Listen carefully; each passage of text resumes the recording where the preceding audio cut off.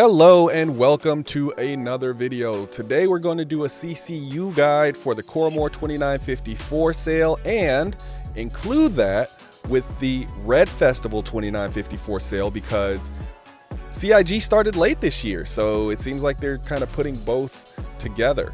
And I think that's a great idea because that means we get a nice little ship sale in the beginning of the year, on top of the fact that we had that brand new in case you missed it sale. So this year has already started out great. CIG did start their ISC lives a little bit late, but they made up for it with this, if you ask me. So let's first talk about something else, right? So as we start the CCU video, let me try to give a brief explanation of how CCUs work and how this video is going to work.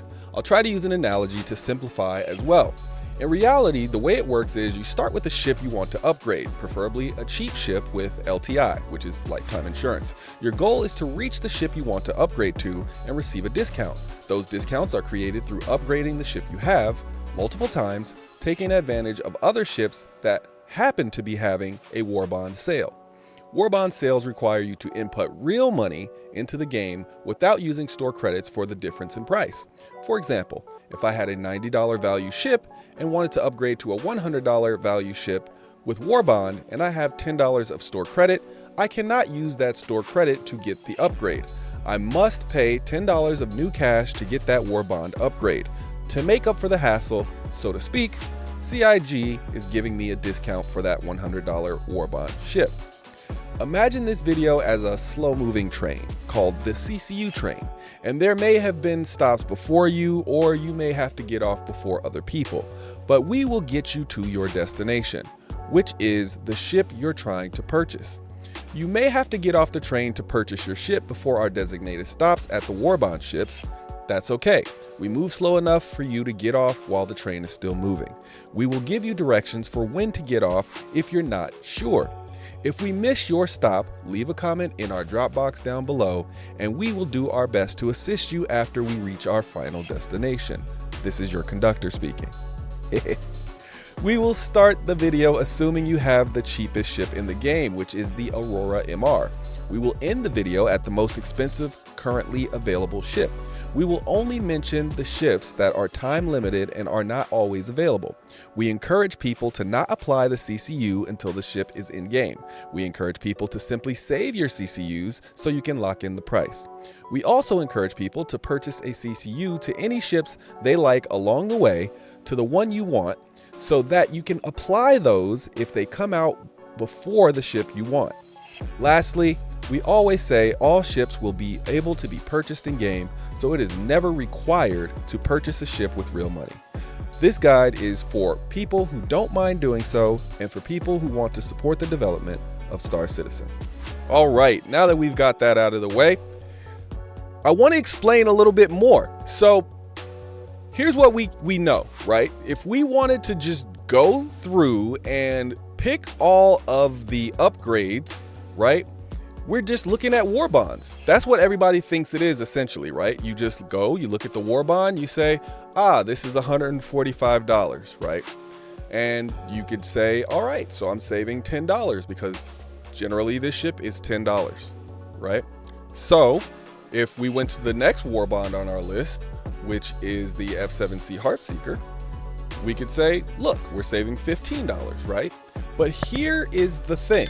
As you can see, the F7CM Heartseeker is $200, right? But let me show you something. You're always going to have a ship, right? So you're already starting at least $20 lower, right? But let me show you something. So if we were to select as the ship that we're upgrading to the F7CM Heartseeker, we're getting it for $185.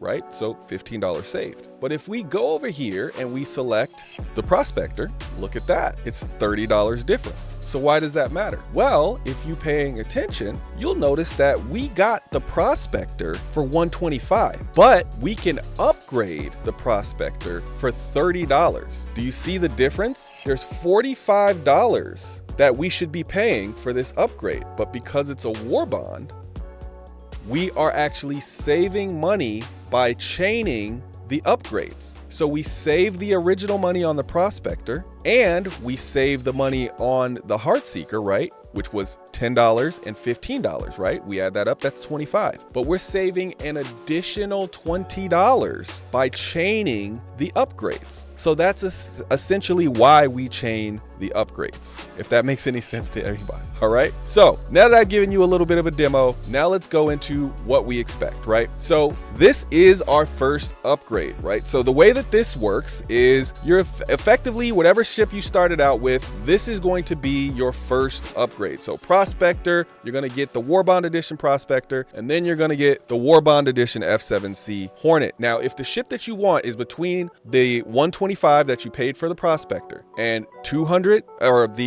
actually the, what is that? 185 that you pay for the F7C. If it's but the ship that you want is between those two, then you just select that ship and then you're done here. You don't even need to watch the rest of the video if the ship you wanted is in there, right? Otherwise, keep watching. So we're gonna go from the F7CM Heartseeker. We're gonna go from there to the 400i. So we'll X out of here, type in the F7 here, and then we'll type in the 400i here, and we'll select the Warbond. All right. So with this one, you're saving, now your savings are a little bit different because now you're saving about $55. So in the previous one, we were saving about 45. Now we're saving 55 with the F7C to, or the Heartseeker to the 400i upgrade. So what should we be seeing? We're seeing there's a $50 difference here, right? But we're saving 55. If we were to just buy this outright, we wouldn't see that. We wouldn't see that change. Next, we're gonna do the 400i to the Argo Mole. So the Mole is a ship that is always available. So I tend to not say stop at those ships that are always available, but as you can see, we can get this for $295. So again, you pay $230 for the 400i, and now you would be paying $295 for the Mole. All right. So that should put you at a savings of about $60 total, right? So these do add up as you go through. I'm just showing you the difference between the two. All right. Now our next one is our second to last one. We are going to do the Mole to the 600i Explorer. And as you can see, this one is still cheaper. So we're now paying $445 for a 600i Explorer, right? And we're saving about $70 here. And our last one is we are gonna go from that 600i Explorer, has to be the Explorer, not the Touring. Touring does not have a Warbond option. And we're gonna go to the Carrack. And as you can see, we are still saving a ton of money. Here we're saving about $90, right? So yeah, that's really decent as far as getting a Carrack for what, essentially $510. That's very good. So yeah, that's pretty much the entire CCU chain guide from here. Again, if you have a ship that's in between the values, now again, make sure that you recognize the values that you paid for the ship and the value of the ship overall, because the value of the ship doesn't change. What you paid for it does. So you have to get the value of the ship in between these prices that are listed here. So if I wanted even though I paid $445 for my 600i Explorer, I cannot get a ship that is $450 through an upgrade from that ship. I can only get a ship that is between these two prices. So I'm sorry if I didn't make that clear earlier. In order to get a ship, I have to get one between these prices. If I'm not interested in this particular ship, if I don't want a Carrack and I wanted a ship that's say $550, I'm good to go. All right. But I wouldn't get the discount on the Carrack because the Carrack, of course, is the last upgrade and it's currently the most expensive ship that you can purchase. So in order to get that full $90 off, I would have to get the Carrack itself.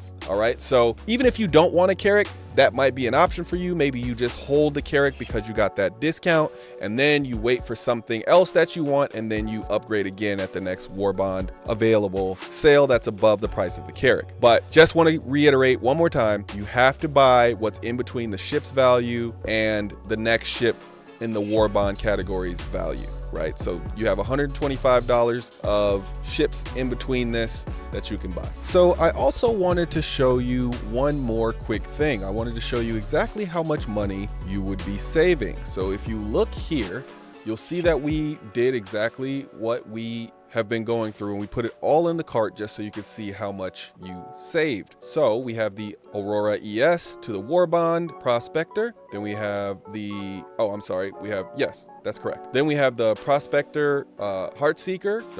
Then we have the Prospector to the Heartseeker War Bond. Then we have the Heartseeker War Bond to the 400i War Bond. Then we have the 400i to the Mole War Bond. Then we have the Mole War Bond to the 600i Explorer War Bond. Then the 600i Explorer War Bond to the Carrack War Bond. All right. So if we did everything from the Aurora ES to here, right? This is the cheapest ship all the way to the Carrack. We would spend $483. Now, remember, you paid $20 for whatever ship. At the very minimum, you've paid $20 for an Aurora ES, right? So you'd have to add that to the $483 to get the total cost of the ship that you're paying for, right?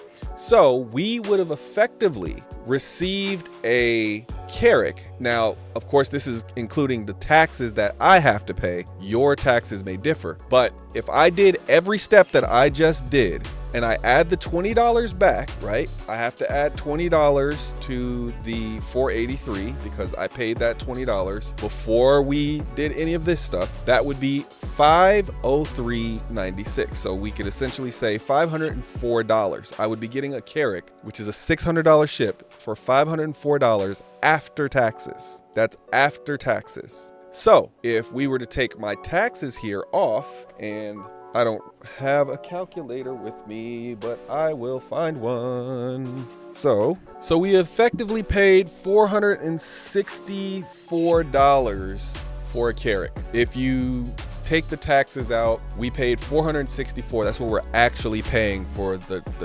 Carrack. So we saved about 140 bucks or 135 bucks. 135 bucks through chaining all of these CCUs. So this is definitely worth it.